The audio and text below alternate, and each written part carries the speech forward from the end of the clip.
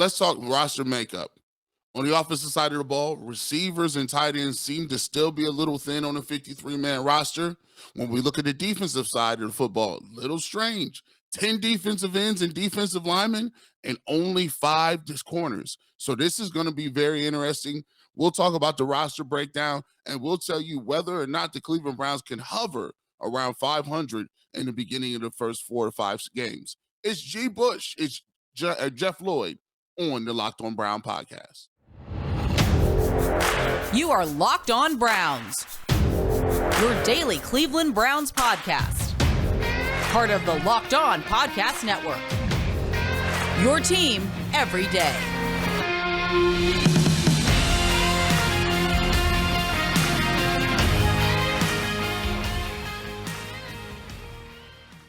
Welcome back, my friends, to the show that never ends, your daily delivery of all things Dog Pound LGB on the LOB, the Locked On Browns podcast, brought to you by the Locked On Podcast Network, your team every day. Your hosts, Jeff Lloyd at Jeff_LJ_Lloyd, your host from the Ultimate Cleveland Sports Show.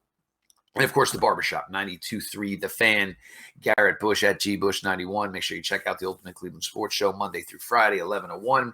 Garrett's in the Fan every Saturday morning, post-game coverage, pre-game coverage on game days coming up here for you to catch Garrett Bush as the Browns are set to begin the 2022 NFL campaign. First official 53-man roster dropped yesterday from the Cleveland Browns. I wouldn't say there's a ton of surprises. I think everybody figured it would be Jacoby Brissett and Josh Dobbs. We spoke a bunch about this. Demetric Felton does come in as basically the 5th running back, maybe also the 6th wide receiver, 4.5, as I said, 5.5 as far as a wide receiver room. Currently only 2 tight ends on the roster for a team that, look, everybody carries at least 3 tight ends, so you definitely think there's going to be some movement there. O.J. Howard was a popular name yesterday. It looks like that's going to be a done deal to Cincinnati Bengals, basically deal done before he's even touched ground down in Cincinnati. Offensive line, 10 on the roster to this point. I don't know if I would say that's a surprise. I think one thing that stands out to me is Drew Forbes. After all these years, he wasn't even a Barry Stefanski guy to begin with. He was part of the last draft class by former general manager John Dorsey, but Drew Forbes to this point survived the cut. 10 defensive linemen, 6 DNs. We knew, obviously, the Clown was going to make it. We knew Myles Garrett was going to make it. We knew both the rookies were going to make it. Thought maybe there was a battle between Winovich and, of course, Isaac Rochelle. Both, for now, appear to be on this roster. Linebacker 6, Walker Phillips, J.O.K., Taki, Tony Fields. Felt all those guys were going to be here. For the time, Jordan Kunaszyk is still on the Browns. Hasn't been in camp very long. Leading tackler the last 2 preseason games. That one was interesting. And only 5 cornerbacks on the roster to this point. We all know about Greedy Williams and his health issues. So that seems like a soft number because, you're 1 snap away from only 4 corners to start the season. Safeties, you did go 5 deep. DeAnthony Bell find a way to beat out a veteran to hopefully be a part of the special teams unit, and good for DeAnthony Bell. You always like a feel-good story coming out of camp. There's still work to be done, and we're going to get to that on the offensive side of the ball here with Garrett Bush and myself. But Garrett, I would say not a ton of surprises. I would think just maybe a couple of guys here, and maybe it's a soft here with a little asterisk by it, knowing that the Browns still have some players to look at and probably a couple players they want to get in the building ASAP. Yeah, I think one of the things that the Browns might be doing is they might have their eye on somebody that they really feel is a guy that can be plucked, or a guy that might be a casualty here in the first couple of weeks of the season. Because as we look, one of the things that really get me and hit me in the face is I'm looking at the receiver position, and I'm looking at the tight end position, right? So when I look at this receiver position, I see Peoples-Jones, Schwartz, Bell, and Woods, and it's wild. Like I'm sitting here thinking like, okay, well, if one of those guys goes down, if one of those guys is performing poorly, there's really no backup to really go with. There's really no guy that you could just plug in and say, okay, we'll put this guy in. It looks like these guys are going to play through injuries, play through whether or not they're playing well or not, and they're going to be a part of it. I think it also shows you that David Njoku and Harrison Bryant will be playing a lot. I think we envisioned that because Deshaun Watson was here, that those two guys will have more of a limited role because of the skill set Deshaun Watson has. I don't think that's going to be the case in the first 11 games because those guys are going to be on the field a whole lot, especially if you have an option to put Mike Woods on the field or Njoku or Harrison Bryant. I guarantee you they're going to put those guys on the field. So I think the receivers at 5 is a little head scratching, and I'm also, offensive line, defensive line, 10 apiece.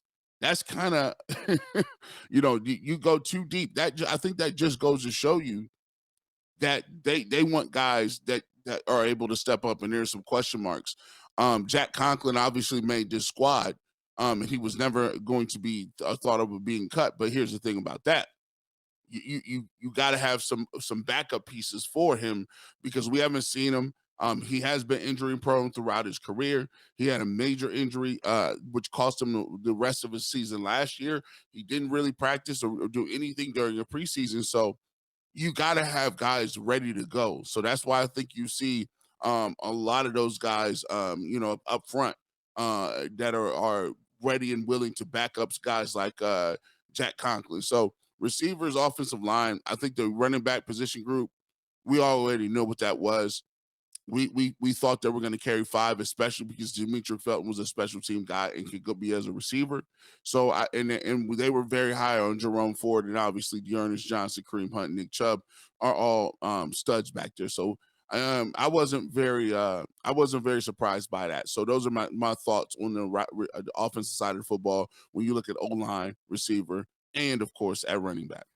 And I mean, getting to a couple of names here, obviously, we had mentioned OJ Howard yesterday, and again, looks like it's a done deal for him going to the Cincinnati Bengals. Hey, you want to go to the JV squad of Ohio? That's all good on you, OJ Howard. And one thing I would say is if maybe Deshaun Watson was playing quarterback for the Browns for this first 11 games, maybe the Browns would have had a better shot at a player like OJ Howard. You got to look at the tight end position. Look, nobody carries 2. 2 is not enough. You have to have at least 3. My assumption is they're looking for the blocker. It's not going to be whether or not what you can bring as far as a receiver. I think they're more than happy with players like David Njoku and Harrison Bryant. It's going to be somebody who's more of a steady blocker, a guy like Anthony Fersker, former Tennessee Titan. Can be active in the red zone as a receiver. It's probably a name I think they're possibly looking at. Who knows? Maybe Randy Moss's kid, Thaddeus Moss. Reputation there is that he's a good blocker. Maybe not much else. Something to look at. Tampa Bay Buccaneers cut wide receiver Tyler Johnson. I loved Tyler Johnson a couple of years ago coming out of Minnesota. Another player similar to, I would say, David Bell. He was a guy that didn't test well during the process. Not the fastest athlete. We all know how that works out from time to time. And guys get missed. Guys get passed on. Tyler Johnson, I think, has like 36, 37 career receptions in Tampa Bay in his first 2 years. Was a little bit of a surprise cut for them. But the Buccaneers are deep at the wide receiver position. Tyler Johnson can plug and play. The Browns could get him in immediately. You can set up a small package if you need him. If you are concerned about putting Anthony Schwartz out there week 1, if you have reservations about putting David Bell out there week 1, Michael Woods is going to be tough. Michael Woods did make the squad, but really hasn't done anything in a couple of weeks, slowly working his way back into practice.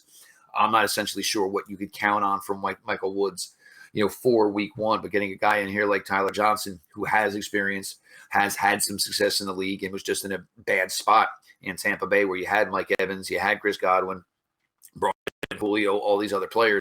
There wasn't going to be much run for him, but a guy like Tyler Johnson, if I'm the Browns, this is one of the guys I have to get in here today because I have to give myself some insurance at that wide receiver position in case, the hiccups that the young kids have been having do continue to proceed in this week and certainly going into next week as you're prepping for the opener in Carolina. Yeah, I look at all of these cuts, and when we look at specifically some of these guys, it just simply dawned on me. These guys are going to give you some minutes. Like, there's a lot of people that these guys are going to get a lot of minutes. So, some of the names are names that are not household names. Some of the names are guys that you haven't seen very much of. And I think there's this excitement level that I got for just seeing what the team looks like because, first of all, the starters haven't played. None of them. I haven't seen Chubb, Hunt, Mari Cooper, none of them. Ward, Denzel, Newsom. We haven't seen any of those guys. Put on top of it, you got a brand new quarterback for this year. No Baker Mayfield, so you're getting used to seeing that. And on top of it, the guys who just are new to the roster, especially the receivers, the defensive tackles, some of these young guys, those guys are in your two deeps and you ain't seen them play. So for me, it just almost seems like this is a brand new Cleveland Browns team. After and I think one thing that we've been lucky to have is a little bit of continuity. Because we have hit on some players in the draft. We do have the same coaching staff and the same coordinators. So we've been kind of getting used to, that thing where you got continuity and you don't really see massive change in either direction. So, it's going to be interesting to see and watch and see how they go ahead and maneuver it. But one thing's for sure, those guys that we don't have any clue about, they're going to get some minutes. They're going to be contributors. It's just yet to be see what they bring to the table. Look, there's always work to be done. I mean, you're going to tinker, and even in the coming days, as another team makes a move, somebody's going to have to leave their building. If the Cincinnati Bengals are going to sign O.J. Howard, that means they're going to have to release another player. So this is, your first 53. It will change numerous times exponentially throughout the season as it goes on.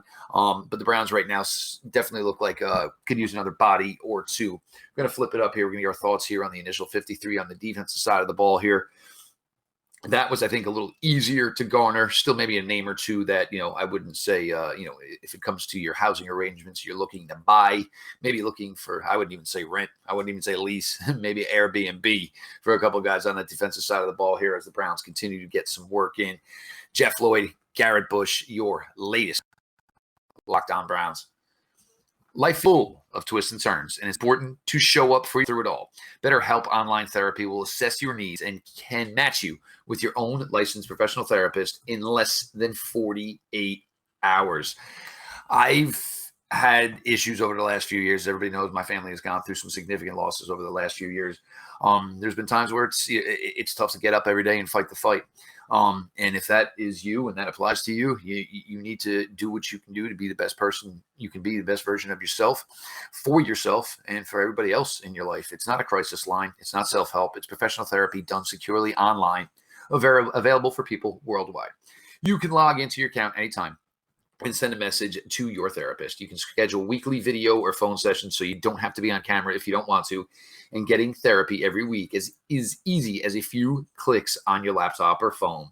It's more affordable than traditional offline therapy, and financial aid is available. It is a great way to invest in yourself. Visit their website and read the testimonials that are posted daily, talking about the bedside manner, talking about the quick turnaround time from reaching out to the therapist and the therapist getting back to you. Just absolute ton of this, and the reviews have BetterHelp looking like it is an outstanding product. In fact, so many people have been using BetterHelp that they're actually now recruiting additional therapists in all 50 states. They have a special offer for our listeners. Get 10% off your first month at BetterHelp.com/LockedOn. That's 10% off your first month of online therapy at BetterHelp.com/LockedOn. Welcome back to the Locked On Browns podcast. G. Bush in the building, Jeff Lloyd in the building. Make sure you continue to subscribe to that. Make sure you subscribe to us on YouTube. Make sure you hit that notification bell so you get all the updates for the Cleveland Browns videos and our podcasts that drop anywhere that you download or get your podcast. Make sure you continue to support that and follow us at GBush91 on Twitter and at Jeff_LJ_Lloyd on Twitter as well. If you missed anything, we go back to the beginning. We'll recap that for you. We just got done talking about the offensive side of the football in the 53. Guys that we were a little surprised about, guys that we, frankly, knew would make the team. So we talked about that, broke that down on the offensive side of the football. Now it's time to get to the defensive side of the football. And Jeff, when you look at the defensive side of the football, I think we mentioned this in the intro. 10 defensive linemen. Now, usually, generally speaking, I would see somewhere in between 7, maybe 8 is stretch. I haven't seen a lot of defensive line with a full complement of 10 rotating players. I think, to me, when I look at that, Taven, Bryan, Jadeveon Clowney, Jordan Elliott, Myles Garrett, Isaac Rochelle, Isaiah Thomas, Tommy Togiai, Chase Winovich, and Perrion Winfrey, Alex Wright. I think what they're telling you is we need to find some guys. And traditionally, Jadeveon Clowney has been nicked up a little bit during the season. I think last year was one of the only years of his career where he played a full season. I think that may go into it in terms of why they got 10 defensive linemen.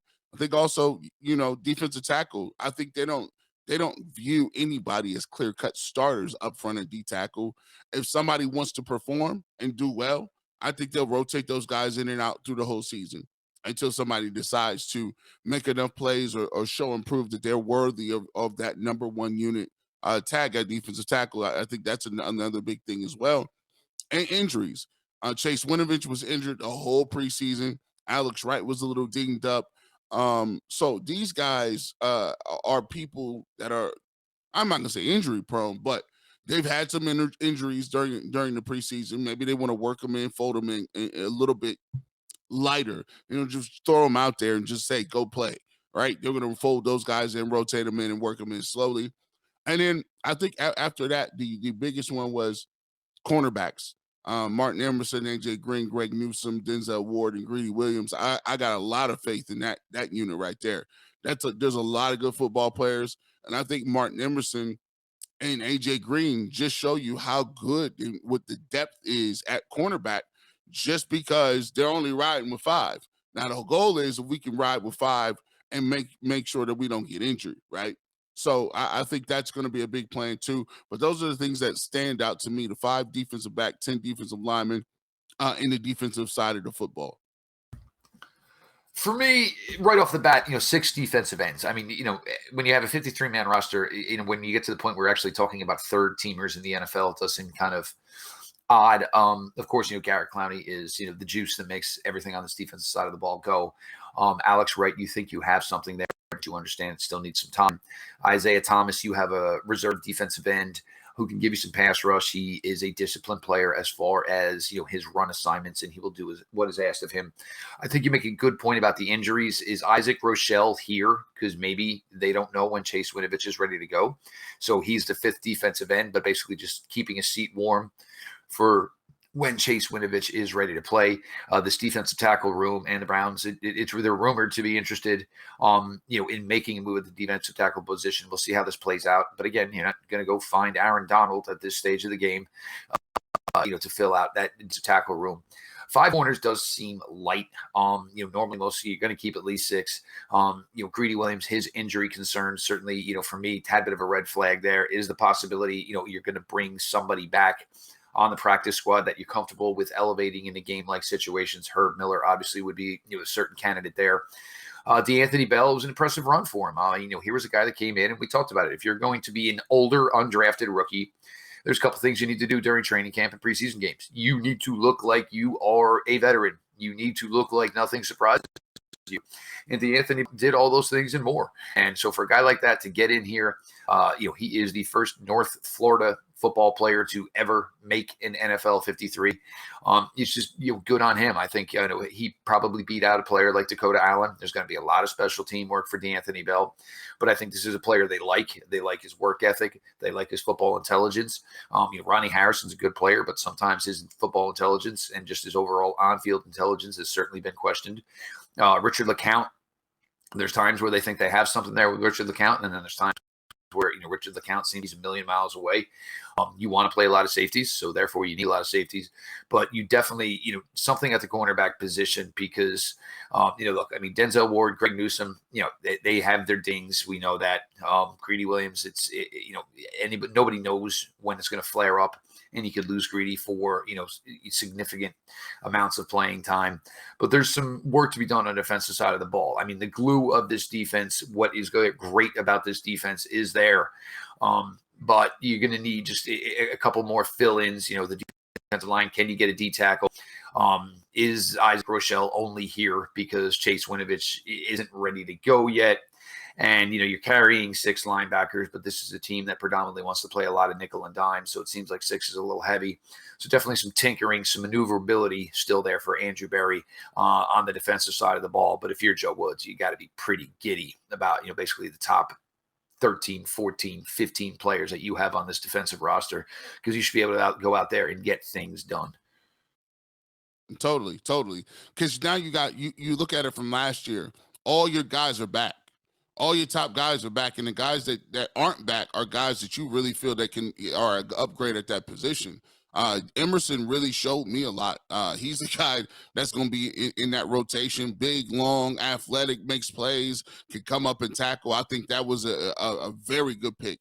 You look at you get Phillips back, who was a guy that was missed all last year, is going to be fast and be around the football. JOK in his second year. So for me, I'm looking at Joe Woods and I'm saying, hey, you should be free to run whatever you got.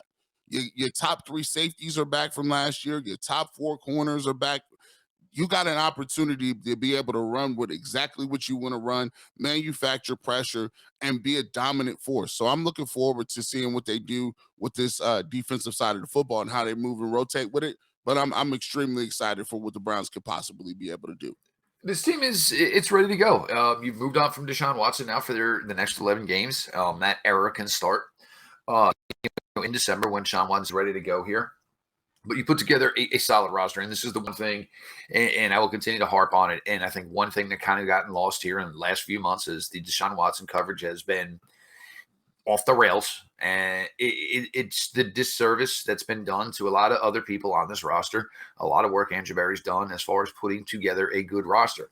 How does it all shape out for the first 11 games? Garrett, Bush, Jeff Lloyd. We're going to talk about that here in just a minute. BetOnline.net is your source for all your pro and college football betting needs and sports in this season. Find all of the latest football league developments, game matchups, news, and podcasts, including this year's opening week's games. BetOnline is also your continued source for all your sporting wagering information, including live betting, esports, and scores. The fastest and easiest way to check in on all your favorite sports and events, including the MLB, MMA, boxing, and golf. Head to the website today or use your mobile device to learn more about the trends and action. BetOnline, where the game starts. Right back on Locked On Browns podcast. Just a friendly reminder, this is the place you want to be during the season for all of your Cleveland Browns updates, news, and analysis. We'll be right here every single day. 2,800 subscribers. Let's go. Let's get 200 more by the 11th. Let's go ahead and knock that out. I think we can do that. Let's put that out there, man. Let's get to 3,000 subscribers before the season starts. That's about 200 or so. I think we can get that done. And we'll continue to bring you this content, and hopefully we'll get to that 3,000. Jeff, you talked about it before we came to break. What is the upside for this team? What is it going to look like in terms of the win-loss record?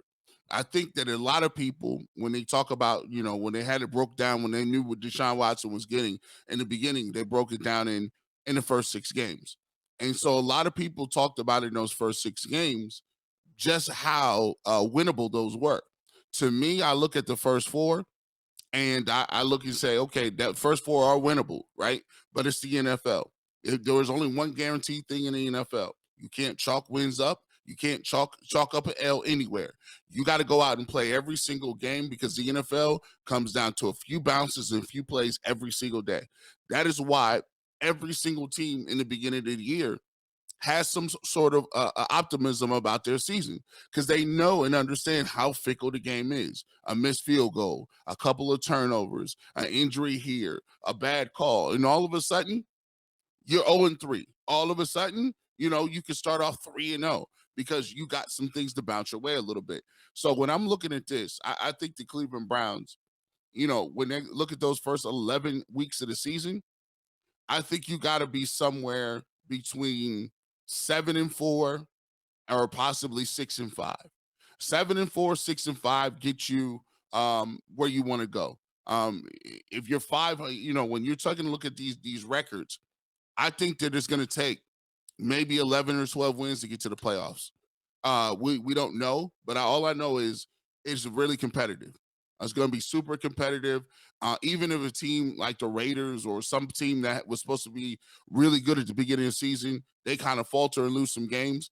Just because they lost some games doesn't mean that they're still not a good football team. Those teams are capable of coming back and biting you in the you know what and coming back to really upset teams because they have all the compliments. They got pretty much every team in the AFC has a competent quarterback, including the ones that ain't in the top listed groups. Like you look at the Tennessee Titans, they got Ryan Tannehill, right? They got Malik, they drafted Malik Willis. But at the end of the day, what they do is run the football anyway. So you still could go play a team like that. And by the way, the Tennessee Titans made the playoffs last year, right? So those are the things that we're talking about. I think you at least got to be 6-5, and pushing a 7-4 because I don't think you can just ask Deshaun Watson to come back and be a Superman when he hasn't played in weeks. Like he got a little bit of time against Jacksonville, didn't look that good. He has not played in a long time. I don't think you could come in and say, Deshaun Watson, please take us to the playoffs, especially if you got a below 500 record at like maybe 5-6. Well, I mean, the big kick there is when Deshaun Watson does return to the NFL and to the Cleveland Browns for the first time, it's going to be almost 700 days since he took a regular season NFL snap. So certainly, to damper expectations a little bit certainly sounds the way to go. The key to this for me is this first 4 games: Carolina Panthers, New York Jets, Pittsburgh Steelers, Atlanta Falcons. I don't care who's playing quarterback for this team. These are winnable games for the Cleveland Browns. But this is going to set the tone for everybody in that locker room. Can you go win the games you're supposed to with Jacoby Brissett as your quarterback? Because if you can, this gives you more confidence when you're going into games against better opponents. They can't I think any hiccups early or looking bad early, I'm not, look, these are professionals, I understand, but could dampen the morale of that room and start to get people wondering about what the record is and what the actual reality is about when Deshaun Watson comes back to this team, what he can do for them in a 6-game stretch. But these first 4 games, even if it was Baker Mayfield's play last year, these are winnable games. This team still went 8-9 last year, started 3 different quarterbacks.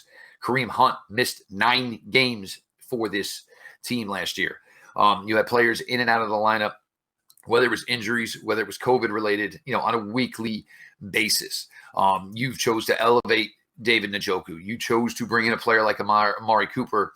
And the biggest thing with bringing in Amari Cooper was you relieved yourself of what was a major headache, was a wide receiver room. Not only were they underachieving and underperforming, they were causing problems for your coaching staff, for your quarterback, and spent a lot of times basically playing Dr. Phil as opposed to trying to identify what was wrong with your offense and why it was not producing at the levels it should.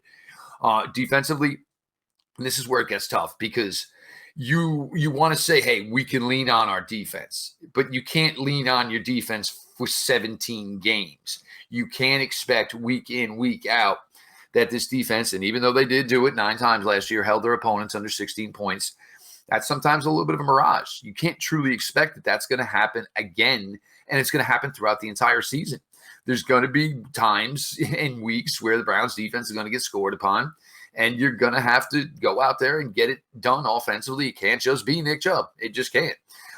Jacoby Brissett, yeah, obviously, you're a placeholder here right now, and they're asking you to not lose games. But in the same respect, you're going to have to go win some if this team is going to have realistic expectations. But this team is going to need to be 6-5, 5-6 at worst when Deshaun Watson does come back into that building. If you think you've got a puncher's chance at making the playoffs this year, it can be done. I am not one of these people that just sits here and thinks this Brown season is over before it started. When I look at players like Jadeveon Clowney, Myles Garrett, Grant Delpit, John Johnson III, Denzel Ward, Greg Newsome, Jeremiah Owusu-Koramoah, Joe Bitonio, Wyatt Teller, Nick Chubb, Kareem Hunt, Amari Cooper. These are pros. These guys, they're not just going to say, oh, well, none of this matters until Deshaun Watson gets back. It's not the way these guys are wired. It's not the way they play. They wouldn't be here if they were those type of me personalities. They would be here. That's one thing they have done is gotten those guys out of here. This is going to be a damn good football team. Their record may not reflect it, but this is going to be a damn good football team, Garrett. Totally agree. I think it's going to be a great football team. They'll just have to win games different. Sometimes a lot of people think that you got to have a franchise quarterback to win a Super Bowl, and I'm agree with that. However, you can win individual games without a franchise quarterback. When you get to the playoffs, you do need a quarterback that can make throws, because you're going against the cream of the crop. You're going against the best on the best, and it gets really competitive when you get into playoffs, and you're playing teams who also have franchise quarterbacks. But when you're in the regular season, guess what you can do? You can win games a few ways. You can win games with defense. You can win games with special teams. You can win games with scheming. Your coaching staff can do a great job of game planning. You can win with turnovers. There's a lot of different ways that you can skin a cat, and the Browns have those playmakers and players to do those things in order to win different while they don't have a franchise quarterback. So this year is going to be very exciting. And if you're a football fan, an overall football player or a former player, or you just like the game, this is going to be great because it's going to be week in and week out. It's going to be about strategy. It's going to be about blocking, tackling, execution, to see what games the Cleveland Browns can win. And I'm looking forward to it. It's not going to be flashy. And if this team is successful, it's probably not going to be flashy. And if you're a defensive-minded person who enjoys good defense, that could be the key to what drives success for the Cleveland Browns early here in 2022. As always, we appreciate everybody who makes Locked On Browns their first listen, whether it's on your favorite podcast platform. Make sure you're following, subscribe to the show, or of course now on YouTube. Make sure you subscribe, notifications on, so his content drops. It is there for you to digest. He is Garrett Bush, part of the Ultimate Cleveland Sports Show, Monday through Friday, 11 to 1. A ton of coverage this week. Next week, rolling into the Browns opener, the Barbershop 92.3 The Fan, every Saturday morning. Certainly other appearances where you can catch Garrett over there. And, of course, the pre- and post-game show, any Browns game. Make sure you're following at GBush91. Me personally, Jeff Lloyd, at Jeff_LJ_Lloyd. The show at Locked On Browns. Follow back account. DMs are open. Ideas, questions, you always feel free to hit us up over there.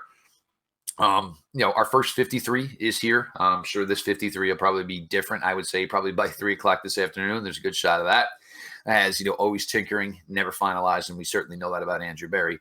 Always looking to put in the work, looking to improve his football roster. This has been your daily delivery of all things Dog Pound. LGB on the LOB. Let's go Browns.